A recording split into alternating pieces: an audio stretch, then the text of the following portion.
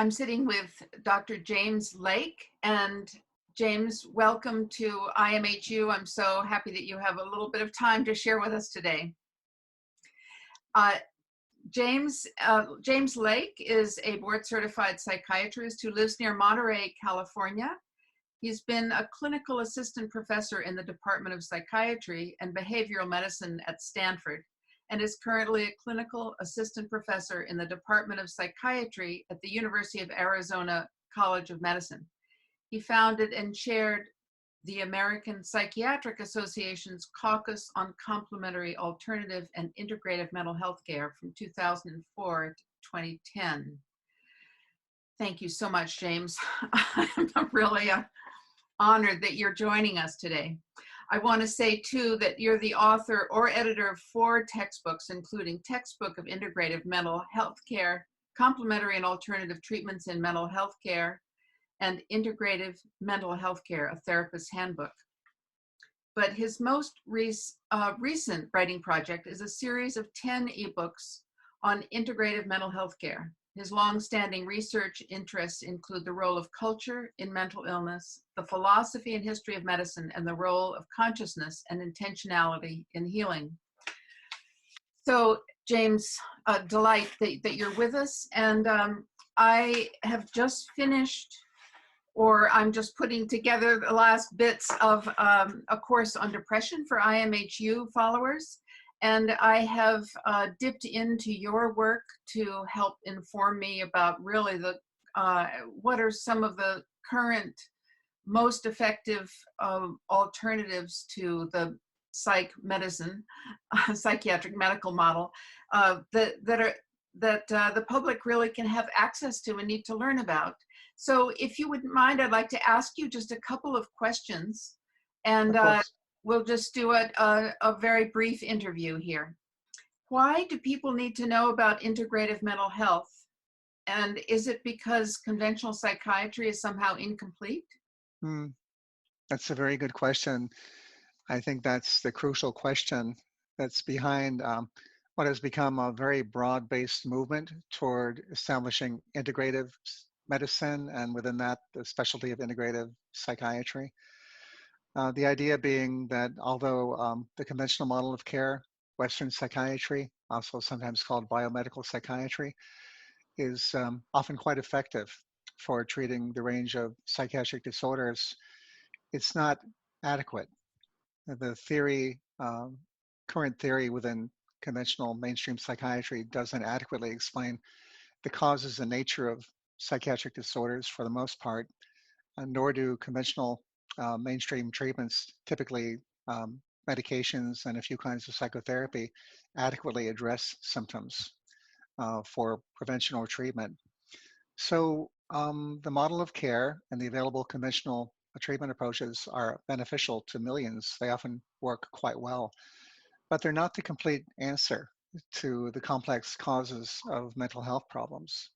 So this widely shared point of view among a growing number of psychiatrists and certainly many patients in the broad public who are affected by mental health problems.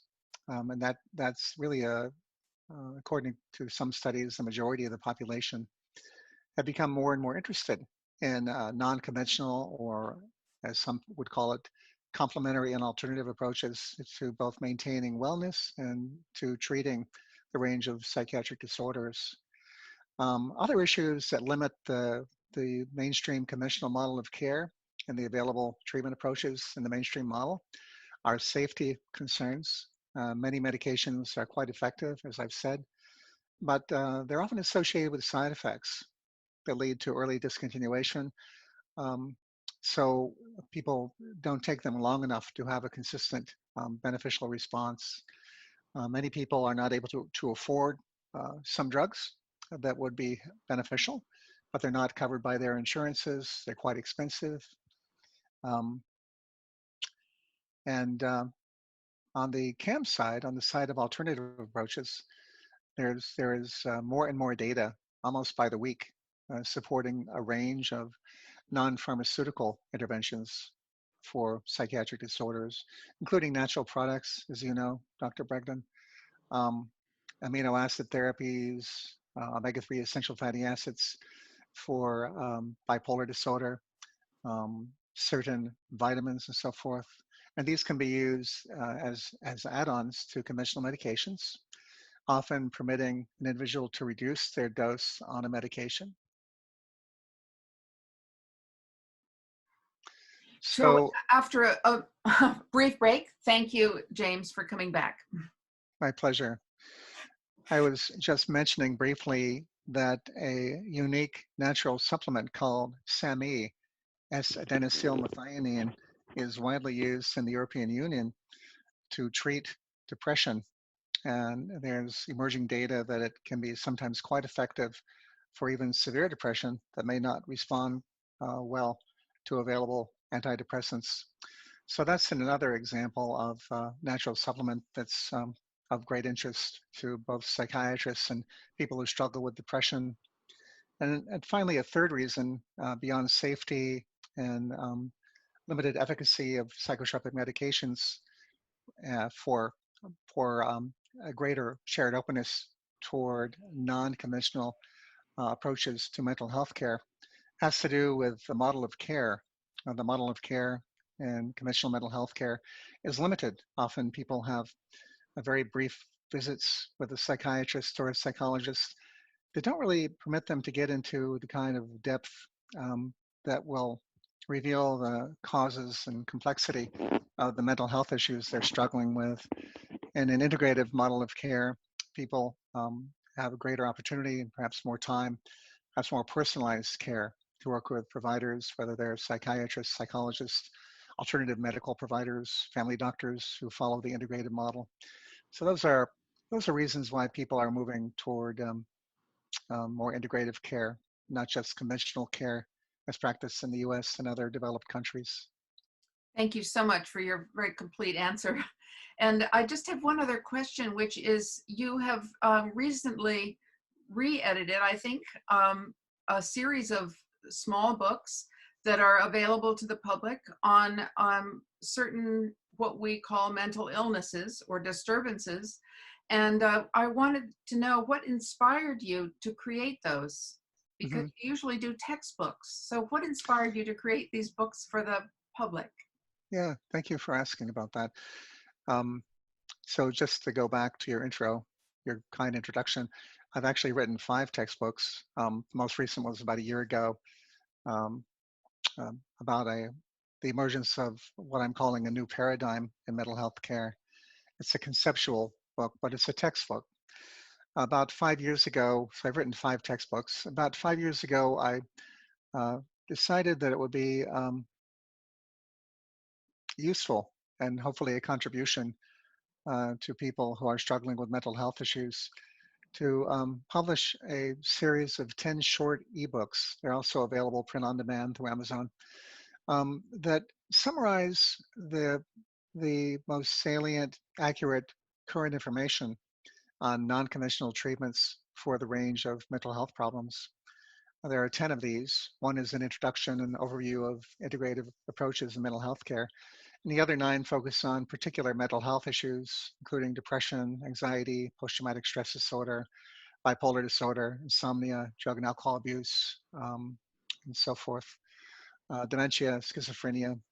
Um, so the motivation for developing this series of books came from the awareness that I've had over many years now that the general public and many of my patients don't have resources that are accessible, user-friendly, that will provide them with very clear, concise information about the range of evidence-based non-pharmaceutical treatments of the common mental health problems. They're also intended for mental health care providers, including psychologists and psychiatrists. They're meant to be a kind of a quick, accessible, user-friendly resource that can be used between patients and their clients, between patients and their providers in the context of their work doing integrative care, such as yourself, um, psychologists, marriage and family therapists.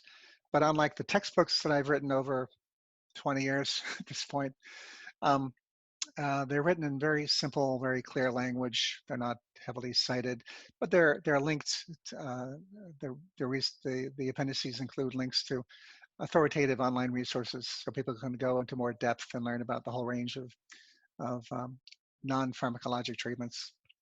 That was my motivation putting together the series. As I said, I published them initially 5 years ago in 2015. I think it was in August of 2015. And I went back last year and spent several months updating them, revising them, editing them. So the current series of 10 books are up to date as of late last year, late 2019. Wonderful.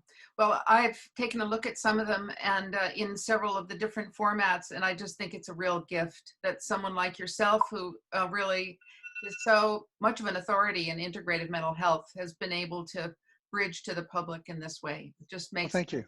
I yeah. appreciate that. So thank you. And I really appreciate your time, Dr. Lake, for visiting with us and answering a couple of questions. And I wish you very well. It's a pleasure. And I think that the course you've put together on integrative approaches to depression is a really important contribution. I hope many people will find it and benefit from all the knowledge and your wisdom that you put into your class. Thank you very much. I appreciate that. All right. My pleasure. Be well.